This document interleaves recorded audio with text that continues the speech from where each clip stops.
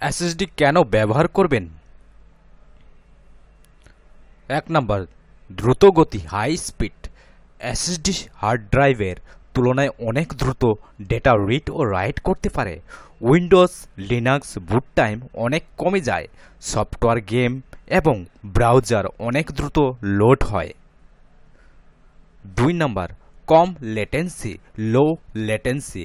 এসএসডিতে data access করার জন্য কোনো মেকানিক্যাল পার্ট নেই, তাই ডেটা পড়া লেখার সময় খুবই কম।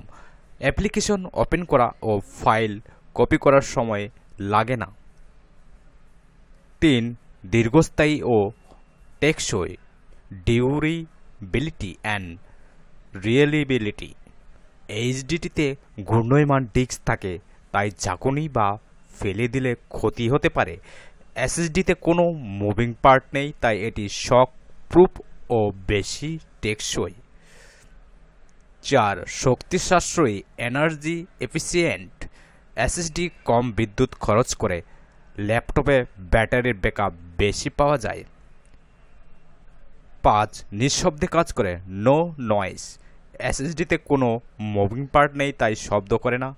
এইচডিডি ঘোরার কারণে আওয়াজ হয়, কিন্তু এসএসডি পুরোপুরি সাইলেন্ট। 6, তাপ কম উৎপন্ন করে লো হিট। এইচডিডির তুলনায় এসএসডি তাপ কম উৎপন্ন করে, ল্যাপটপে কম গরম হয়। 7, হালকা ও ছোট আকারের লাইট ওয়েট অ্যান্ড কম্প্যাক্ট।